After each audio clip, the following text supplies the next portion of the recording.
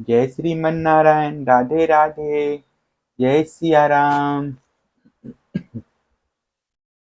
श्री कृष्ण गोविंद हरे मुरारी, हे नाथ नारायण वासुदेवा। श्री कृष्ण गोविंद हरे मुरारी, हे नाथ Narayan Vasudeva. Channel को subscribe share follow अवश्य करें। श्री कृष्ण बलराम का यज्ञोपवीत और गुरुकुल प्रवेश। श्री सुखदेव जी कहते हैं, परीक्षित, भगवान श्री कृष्ण ने देखा कि माता पिता को मेरे ऐश्वर्य का, मेरे भगवत भाव का ज्ञान हो गया है, परंतु इन्हें ऐसा ज्ञान होना ठीक नहीं। इससे तो ये पुत्र स्नेह का सुख नहीं पा सकेंगे। ऐसा सोचकर उन्होंने उन पर अपनी वह योग माया फैला दी, जो उनके स्वजनों को मुग्ध रखकर उनकी लीला में सहायक होती है।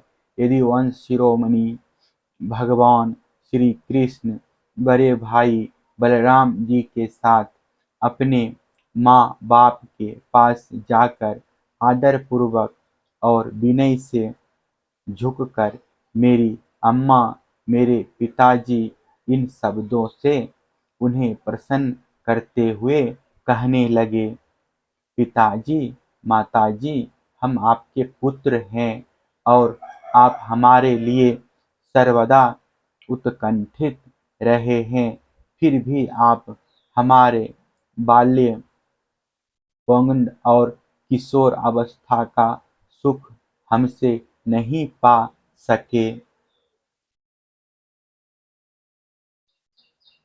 दुर्दैवश हम लोगों को आपके पास रहने का सौभाग्य ही नहीं मिला। इसी से बालकों को माता पिता के घर में रहकर जो लाड़ प्यार का सुख मिलता है, वह हमें भी नहीं मिल सका। पिता और माता ही इस शरीर को जन्म देते हैं और इसका लालन पालन करते हैं।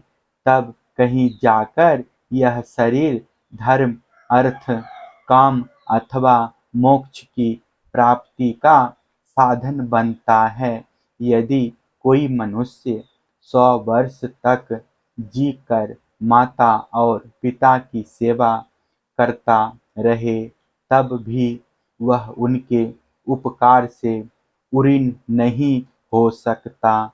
जो पुत्र सामर्थ्य रहते भी अपने माँ बाप की शरीर और धन से सेवा नहीं करता, उसके मरने पर यमदूत उसे उसके अपने शरीर का मांस खिलाते हैं।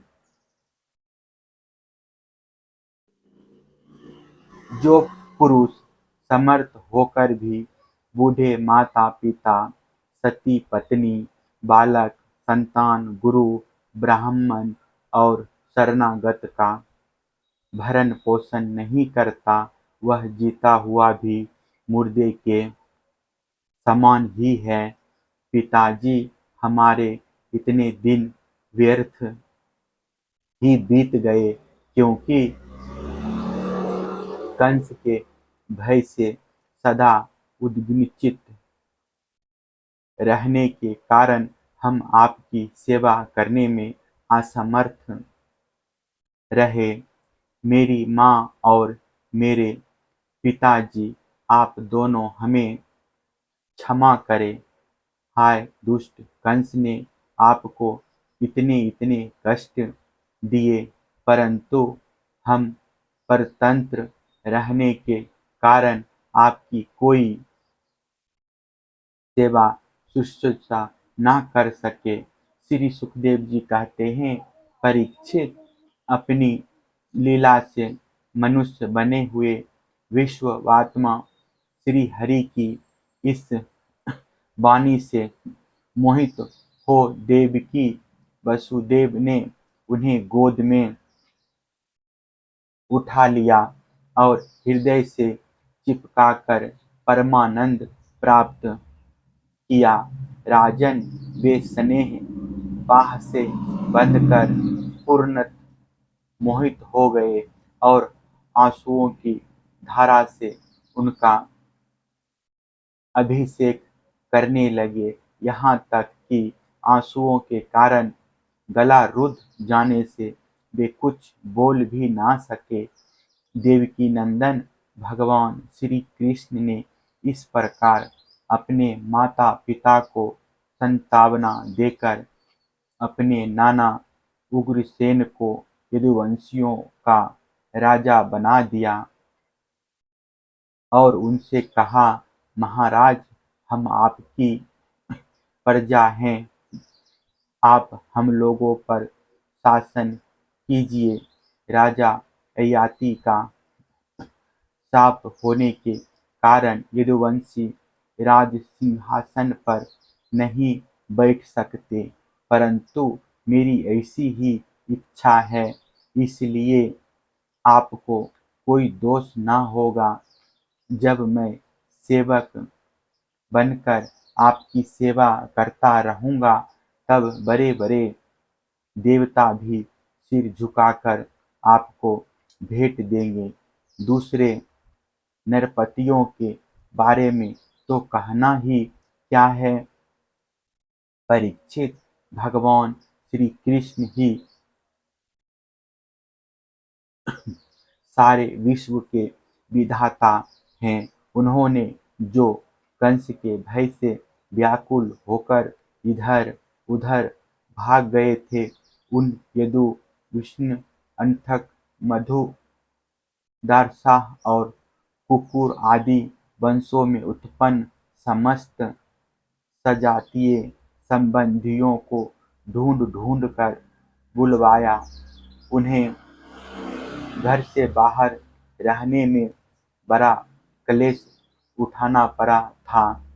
भगवान ने उनका सत्कार किया, सांत्वना दी और उन्हें खूब धन संपत्ति देकर तृप्त किया तथा अपने अपने घरों में बसा दिया।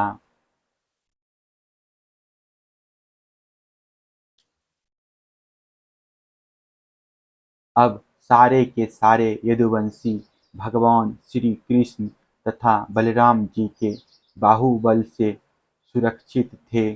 उनकी कृपा से उन्हें किसी प्रकार की व्यथा नहीं थी, दुख नहीं था। उनके सारे मनोरथ सफल हो गए थे। वे कृतार्थ हो गए थे। अब वे अपने अपने घरों में आनंद से विहार करने लगे। भगवान श्री कृष्ण का वदन आनंद का सदन है। वह नित्य प्रफुल्लित, कभी न कुम्हलाने वाला कमल है। उसका सौंदर्य अपार है। सदैव हास और चितवन उस पर सदा नाचती रहती है। यदुवंशी दिन प्रतिदिन उसका दर्शन करके आनंद मग्न रहते। मथुरा के वृद्ध पुरुष भी युवकों के समान अत्यंत बलवान और उत्साही हो गए थे, क्योंकि वे अपने नेत्रों के दोनों से बारंबार भगवान के मुखारविंद का अमृतमय मकरंद रस पान करते रहते थे।